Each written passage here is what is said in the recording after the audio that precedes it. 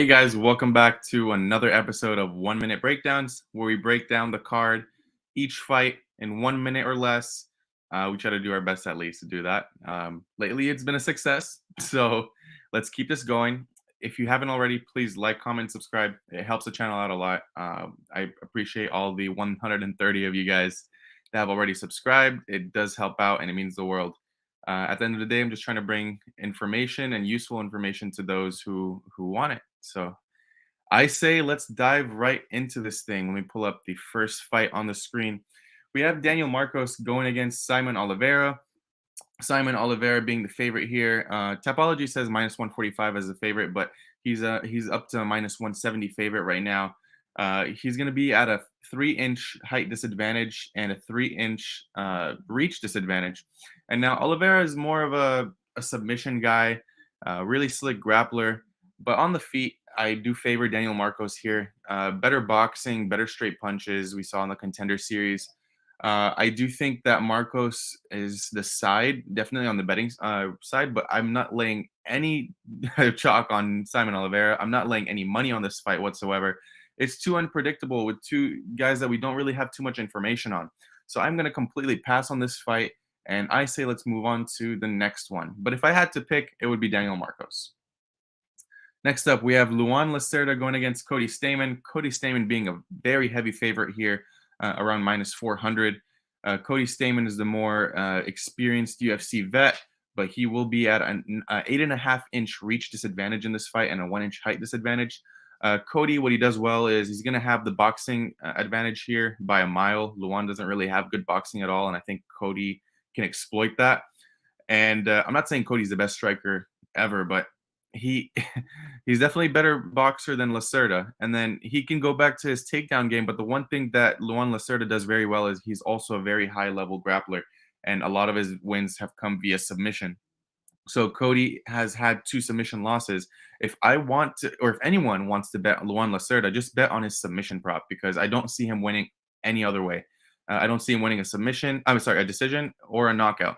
Other than that, I think Cody Stamann steamrolls him here. If he wants to, he could just keep this on the ground, on the feet, and box him up for 3 rounds or potentially knock him out, because Lacerda does not have takedown game of his own. But yeah, I'm picking Cody Stamann for this fight. Next up, we have the very handsome Josiane Nunes going against Zara Fern. Josiane Nunes, another huge favorite here, minus 540 on the books at the moment. She's going to be at a huge height disadvantage, but that's usually how she is in every single one of her fights. 6 inches of height that she's given up and 5.5 inches of reach that she's given up. Josiane Nunes is more of a power puncher, boxer type of fighter, whereas Zara Fern is not really UFC caliber at all. I do not rate her. Her boxing is very slow, very low volume, and she doesn't like to get hit. If you see her reactions when she gets hit, it's not the best, and you don't want to bet on someone that has poor reactions like that.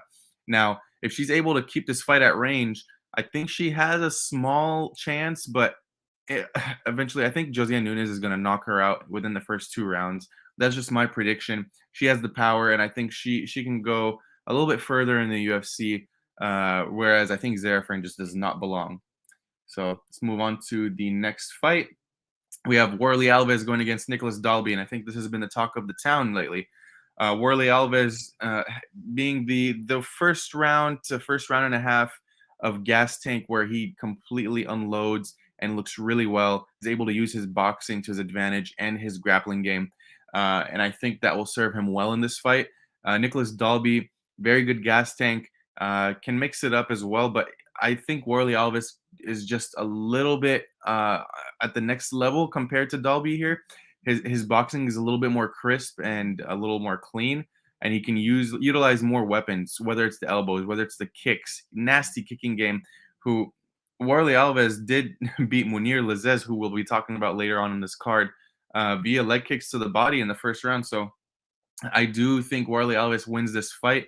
The odds completely flipped. He was an underdog at one point at plus 145. Now he's all the way flipped to the favorite at around minus 130.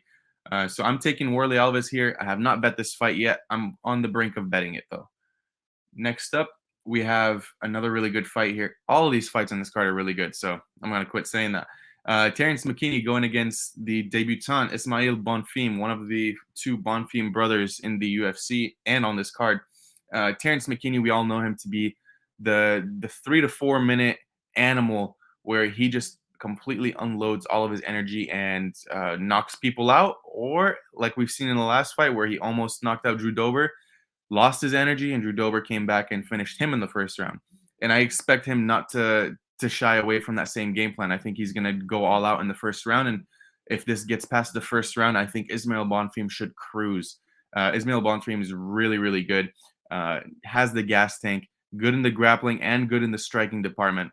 But if he can avoid the onslaught of Terrence McKinney in the first round, I think he will win this fight eventually and take home his first UFC win. So pure pick, I'm picking Ismail Bonfim, who is the dog at the moment. But Terrence McKinney is always live in round one. If you want to bet Terrence McKinney, bet him in round one. So we'll move on to the next fight. Another huge favorite here in Jailton Almeida going up against Shamil Abdurakhimov. Jailton Almeida is a minus 950 favorite at the moment, which should tell you a lot. This fight's pretty binary, and it's binary on one side. It's either Jailton KO or Jailton submission. What's going to happen is Jailton is going to be taking down Shamil Abdurakhimov in the first round, and whether he chooses to go for the submission or whether he just ground and pounds his way Donkey Kong style on Abdurakhimov, that's the way he's winning, because Abdurakhimov just is not on the same level. This might be his last fight in the UFC. Man is 41 years old. He's given up 3 inches of reach in this fight as well. They're pretty much feeding Abdurakhimov to Jailton Almeida, who I do see massive star potential for in the future as long as he continues on the same trajectory. Now, the one thing I would like to see is Jailton Almeida's gas tank as the rounds go by, but this is probably not the fight where we're going to see that. He's going to get another first round finish here. Next up, we have Gabriel Bonfim going up against Munir Lazez. Munir Lazez is the underdog here at plus 140 to plus 150, depending on where you find it. Gabriel Bonfim making his UFC debut along with his brother, which we spoke about earlier. Bonfim known to be a really good finisher, very crisp boxing and powerful boxing, but he tends to wilt as the rounds go by. I do think that Lazez has a little bit more tools to fight here in the striking realm. As long as he can keep it off of the ground, I think Lazez should win this fight pretty comfortably on the decision, on the cards, I should say. Better boxer, I think, with the striking, it's levels here, because Lazez uses his kicks, he uses his elbows, his punching game is pretty strong as well, and he has 4 inches of reach here. So as long as he's able to keep the reach as well, it should be fine. I actually bet Lazez here as an underdog, and I will be moving on to the next fight. Next up, we have Thiago Moises going up against the late replacement Melquizael Costa.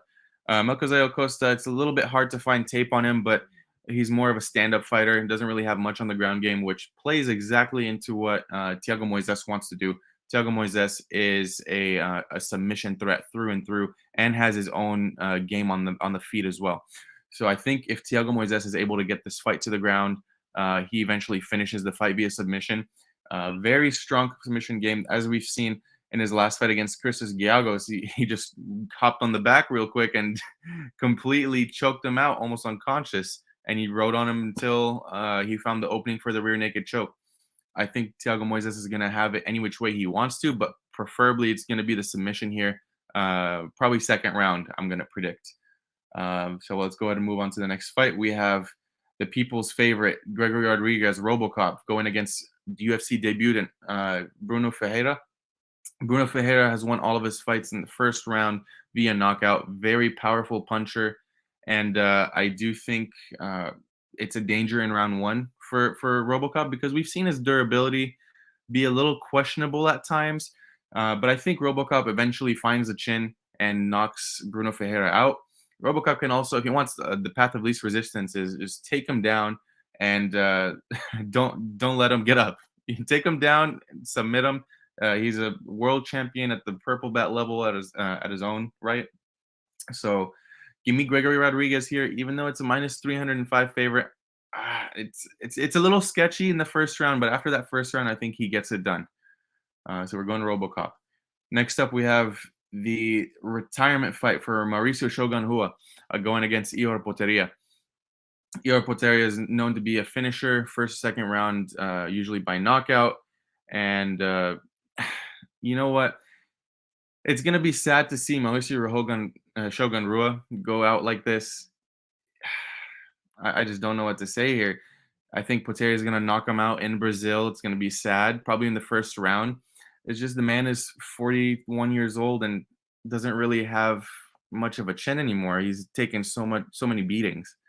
So I think Poteria wins in round one via knockout. Even though Poteria will be a future fade, that's for sure. Next up, we have Paul Craig going against Johnny Walker. This is my favorite fight of the night. Johnny Walker here is going to have huge measurable advantages: 3 inches of height and 6 inches of reach. Now, here's the thing: if Paul Craig tries to pull guard and Johnny Walker, with his poor IQ, follows him, it's going to be a quick night for Paul Craig. He's going to win via submission. He submits everyone. He submitted Jamal Hill, or not submitted him. He broke his elbow. He submitted Magomed Ankalaev in the last second. So that's how talented of a grappler Paul Greg Bearju is. But Johnny Walker has the advantage on the feet here all day. If Johnny Walker wants to win this fight and win comfortably, I think he keeps this as much as he can on the feet and knocks Paul Craig out in the first round. And that's what I'm predicting here. Paul Craig knockout. I have the under 1.5, even though the line has been steamed. Moving on to the next fight. Heavy favorite. We have Jessica Andrade, who's about minus 500 at the moment, going up against Lauren Murphy. Jessica Andrade is 4 inches shorter and is giving up 6 inches of reach. Lauren Murphy is the type of fighter that's always in the fight for some reason. Even if she's losing, she finds a way to survive. And I just don't think that she's going to be able to do that here. I think Jessica Andrade is going to be able to knock her out or submit her, whichever way if she wants to. I don't know what round. I'm not going to predict a round, but I think Jessica Andrade is just being fed Lauren Murphy here. I think has a better career trajectory, and Lauren Murphy is not getting any younger. She's 39 years old, and yeah, she's more of just like a pitter patter volume puncher. Going up against Andrade, it's not the best idea. So I'm going to pick Andrade inside the distance, but I'm not going to bet it myself because WMMA, you can't really trust the inside the distance finishes all that often. But Andrade is one of those fighters that you can. Next up, we have another minus 500 favorite here going up. Oh my goodness. Gilbert Burns going against Neil Magny. Gilbert Burns is the minus 500 favorite here if you guys haven't guessed already. Gilbert Burns is going to be giving up 9 inches of reach and 4 inches of height. I think Gilbert Burns is going to be able to take Neil Magny down and submit him. It's just a matter of what round. We've seen what Shavkat did to Neil Magny, and he just absolutely destroyed him. And I'm not comparing Gilbert Burns to Shavkat Rakhmonov, but Gilbert Burns is a world-class, world beater in jiu-jitsu. He's a champion, multi-year champion black belt. And I think Gilbert Burns is, quite frankly, a better grappler in the jiu-jitsu stance of things than Rakhmonov. So I think Burns is going to have fun here. It's going to be an easy fight for him. Burns inside the distance. I haven't pulled the trigger yet. I'm right there. I want to. So give me Gilbert Burns by any which way he wants to, but probably submission. Next up, we have the co-main event of the evening. We have Davison Figueiredo going up against Brandon Moreno. And to give you guys some context, I know this one might go over a minute. Davison Figueiredo, I've bet on him in the last 2 fights, in the draw and in his last win as the underdog. Definitely has worked for me well. The age is starting to get to me a little bit here. It's flyweight. Let's not forget it's flyweight, which is not the best when you're getting older if you're cutting all this weight. He's already a very big flyweight. While as Brandon Moreno is someone who doesn't really have to cut too much weight, younger, has more volume, but it's in Brazil. If this fight is more than likely going to go to decision, who are the judges going to favor here in Brazil? Probably the Brazilian fighter, Davison Figueiredo. I probably will not be betting this fight. As a pure prediction, I'm just going to go with Brandon Moreno, but I would not be shocked at all if Davison gets a robbery type of win on the cards just because the judges are leaning towards the Brazilian here. So my pick is Brandon Moreno just due to the age, the volume, and overall takedown game. I think he can take Figueiredo down whenever he wants, but Figueiredo can't do the same. He expends too much energy when he tries to take Moreno down. but he can get a flash knockout. I'm not putting it past him. They call him the God of War for a reason. And finally, it's the main event of the evening. We have Glover Teixeira going up against Jamal Hill for the heavyweight title, a light heavyweight title. Jamal Hill is going to have the measurables advantage here, 2 inches of height and 3 inches of reach. Jamal Hill is the power puncher versus the grappler in Glover Teixeira here, but Glover has a pretty well-rounded game. His boxing has come a long way from when he first started in the UFC. Jamal Hill has impressed me with his get-up game, even though he did get taken down 6 times on 20 attempts by Thiago Santos. You can't really do that against Glover Teixeira, but I don't think it's going to get to that point. I think Jamal Hill is going to be able to stay on the outside and box Glover Teixeira out. Probably a first or second round knockout. That's my prediction. I did bet Jamal Hill here. I think it's the Jamal Hill era. I know he can get taken down, but I think he's not a fish out of water on the bats. He's able to scramble out and get out of these sketchy positions. Like I said, his get-up game is pretty well versed. I think he's going to be able to knock him out. The difference between him and Yuri is that Yuri is a lot more wild. Throws a lot more looping shots, whereas Jamal Hill is more technical, more straight punches, and he's not going to shoot a takedown when he has the person rocked. Let's just put it like that. So give me Jamal Hill knockout with conviction. But guys, that was the final fight of the evening. I wanted to give a special shout out to all of the viewers. Thank you for your support. KRX, you're always supporting. Thank you so much. Whether it's on this show or it's on the NFL show, really appreciate it. If you guys haven't already, please like, comment, subscribe, share the channel with your friends if you think they'll enjoy it. And let's make some money tomorrow. How about that? I will see you guys next week for another episode of 1 Minute Breakdowns.